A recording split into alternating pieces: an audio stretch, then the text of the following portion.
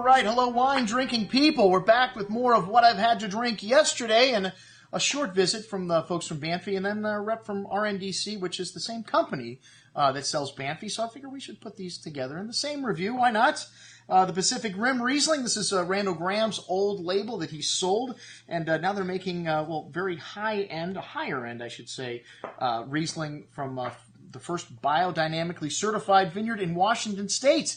This wine's got a screw cap and a bit of that sulfury kind of rotten egg note coming through in the nose at first, and that's one of the problems with a screw cap that can be a little reductive, but so can wines in a cork finish. And, this wine opened up, and at the end of the tasting, it really started to shine through some ripe peaches, some honeysuckle floral notes, really pretty nose, and only 600 cases of this produced.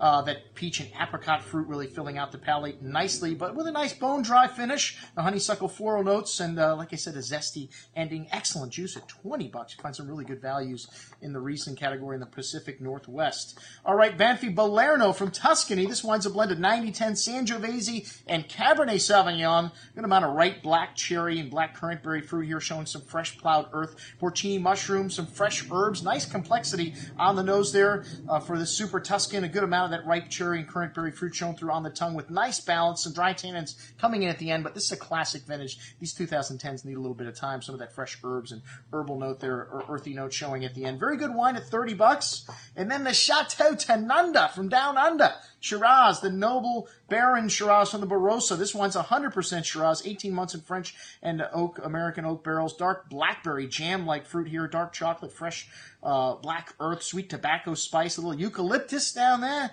and some nice complexity in the nose here. This is a $50 wine, though. We showed the entry-level wine from this producer, Chateau Tanunda, at one of our tastings last year, and it was very nice. This wine's deep, dark, chewy, blackberry fruit on the tongue. Good amount of black licorice spice, too. Some bitter, dark cocoa notes showing on the finish. Wonderful balance in this wine, long finish. Excellent juice, like I said, at $50. All right, well, some more wine with RNDC here. We've got Las Moragas Moro Negra, Valle de Pedernal from San Juan.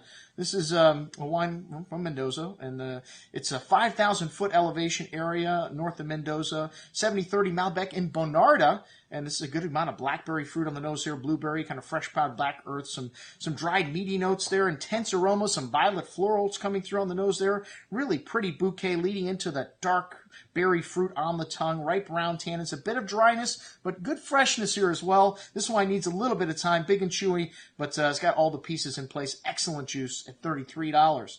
All right, the Iscay from Trapiche, the largest wine group in Argentina. This is a local word for two, and every year Daniel P. changes the blend, so I guess there's two grapes in this wine, Malbec and Cabernet Franc. I'm guessing that's why I call it two. Anyways, lots of blackberry jam here, notes of brown sugar, black spices, really complex bouquet of aromas, and it's $63. Man, we're expecting that. Some soy, some dried meat notes, a big wine with firm tannins, chalky finish, but really nice concentration in this wine. Just needs a little bit of time. This 2008 really showing still very young. Excellent juice, though. The Las Moragas Finca Pedernal Malbec. This wine...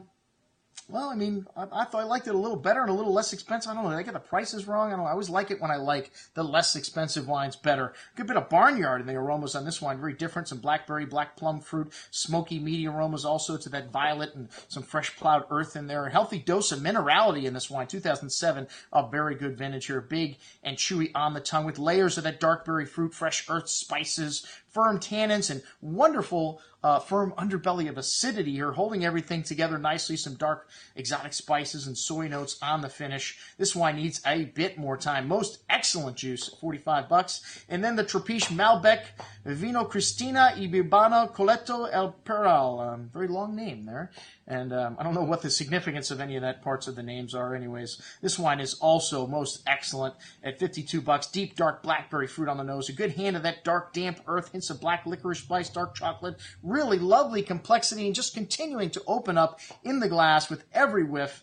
And it just goes to show you, man, at the entry level of quality, they're outperforming people. And at the top level of quality, you're finding wines as good as from anywhere in the world from Argentina. This wine, big and chewy on the tongue with layers of blackberry, blueberry fruit, nice hand of spice and black earth with firm tannins on the finish. This wine needs some time, but most excellent juice, the 2008 Trapiche with a long name. All right, that's what I had to drink with the folks from Banfi and RNDC. I'm your host, Andrew Lampasoni, signing off for the Wine Watch, saying remember, always drink the good stuff first.